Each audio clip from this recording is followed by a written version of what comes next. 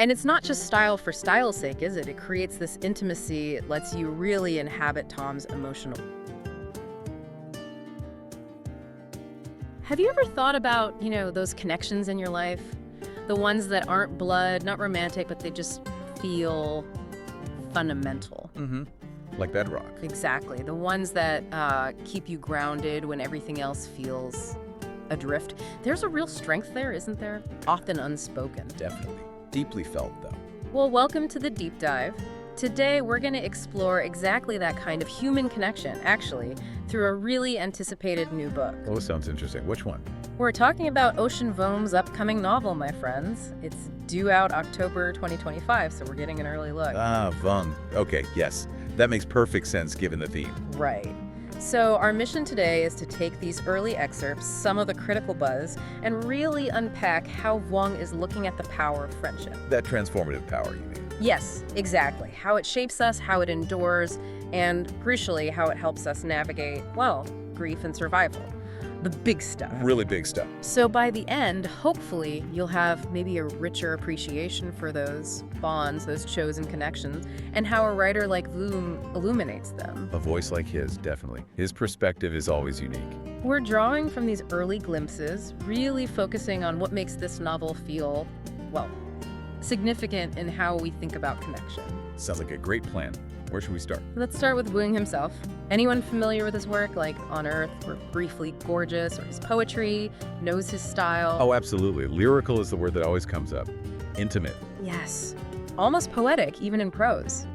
And what seems compelling about My Friends, even now, is how it feels like an expansion of that signature voice. Taking that aching beauty, as you said, and applying it here. Right, to a story that promises to hit very close to home for a lot of people. And that style, that blend he has. Yeah. It's both tender and kind of unflinching, isn't it? Totally unflinching. Raw is another word that comes to mind. Exactly. And that really primes you as a reader for exploring this kind of emotional territory. Delicate, but powerful. Yeah. His previous work, it shows he can hold beauty and pain, like in the same sentence sometimes. Right, it's quite remarkable. And that skill feels absolutely crucial for a story about deep loss and the bonds that stick around. Sets the stage perfectly. So let's talk about the story itself. At the heart of it is the main character, Thom. Okay. He's introduced as a queer Vietnamese American writer, and the narrative follows him navigating, friendship, grief, survival, especially after a major loss. So you feel that weight immediately, and friendship becomes central. It has to, right, in that kind of aftermath. Which brings us right to what seems like the novel's core argument. Which is? That friendships can shape us just as profoundly as family, No. maybe even more uniquely in some ways. More uniquely? How so? Well, Vuong seems to be saying it's not just important, but that the love between friends has its own distinct power, its own permanence. So not a lesser thing, not secondary to family or romance. Not at all. Equally profound, but different. It has its own gravity, its own impact on who we become. That's powerful. There's a hint in one excerpt, I think, where Thom recalls a shared secret with a friend, like a language only we spoke. Suggesting this deep intimacy may be outside of family understanding. Exactly. It forces you to reevaluate that unspoken hierarchy we often put on relationships, doesn't it? It really does. It challenges how we value these chosen bonds. Mm-hmm. So it's not just another relationship type. You're saying it's presented as the central thread. That seems to be the assertion, the transformative force. Wow. It grounds us, maybe haunts us, but keeps us tethered. When things feel unsteady, yeah. Think about that for a moment. For your understanding of friendship, what if it's not just support, but the primary anchor? It's a significant reframing. Definitely a powerful way to think about those connections we choose. Now, how does he tell this story? The narrative approach sounds interesting, too. From what we can gather, yes. It apparently blends memory, desire, reflection, moving fluidly between past and present, almost dreamlike. Which sounds very Vuong, that non-linear approach. Right. And it's not just style for style's sake, is it? It creates this intimacy. It lets you really inhabit Thom's emotional world. Because grief isn't linear, right? Not at all. It's messy. It swirls. What was, what is. And that narrative fluidity, that's key to the honesty, I think. How so? By weaving past and present, often in these impressionistic bursts, he mirrors how grief actually feels, how memory works. Associative. Right. With echoes and sensations. Precisely. Thom might be in the present, but a sound or a smell throws him back to a vivid memory of a friend. The lines blur. So the structure itself becomes part of exploring that emotional resonance, showing how the past is never really past. Especially with profound loss. It allows for a really comprehensive look. Okay, so that fluid structure really works for the emotional core. But Vuong often tackles broader themes too: war, migration, queerness. How do those fit in without diluting the focus on friendship? That's the really nuanced part, I think, where his skill really comes through. Friendship is the core, but these other themes, they're the context. They're the crucible where these friendships are formed and tested. Ah, okay, so they're intertwined. Deeply. For example, Thom's queer identity isn't just a characteristic. It shapes his chosen family. Defines the contours, maybe? Exactly.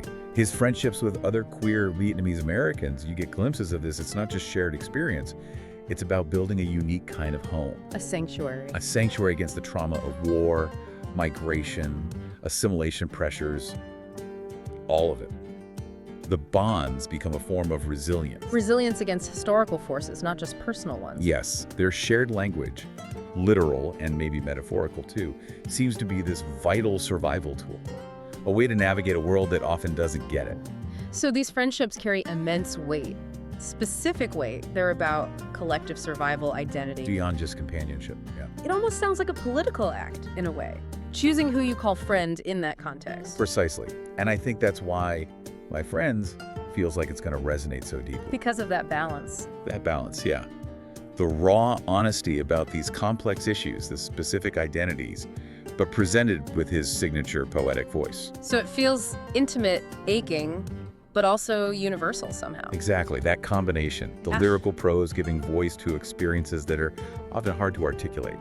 The specific illuminating the universal. Connecting on a visceral level. It doesn't just tell you about grief, it kind of immerses you in its language, offering these moments of beauty even within the pain. Absolutely. So the key takeaway here, the aha moment, maybe, is that this novel gives us a really fresh, vital look at something fundamental. Friendship.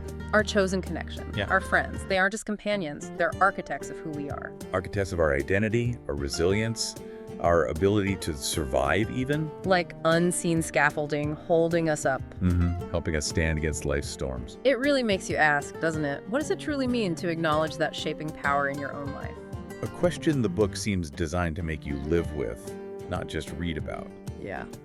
Okay, so we've journeyed through this early look at Ocean Vuong's My Friends. We've really tried to uncover its message about friendship's depth, its permanence. How it shapes us, sustains us through tough times, especially loss. And how it connects to those bigger themes: identity, migration, survival. It's a rich tapestry. Definitely. So, as we wrap up, here's something to think about, maybe a provocative thought. Okay. We so often define our lives, our narratives, through family or maybe romantic love. Right. That's the default It's almost. true. That's often the main story we tell. But what if these connections with friends, the ones that can feel quieter sometimes, understated, what if they are just as pivotal? Acting as those unseen anchors you mentioned. Yeah. Vital lifelines. Exactly. What if they're fundamental to keeping us whole? And what impact might really seeing them that way, elevating them, what impact might that have on how you value and nurture those bonds in your own life? That's a powerful question to carry away. How does recognizing that change things going forward? Something to definitely mull over. Grab My Friends by Ocean Vuong now, on sale for $22.95. Don't miss this chance to build good habit and achieve remarkable results.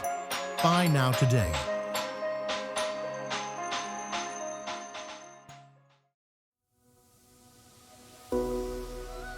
Like and subscribe for more Bookhaven podcasts.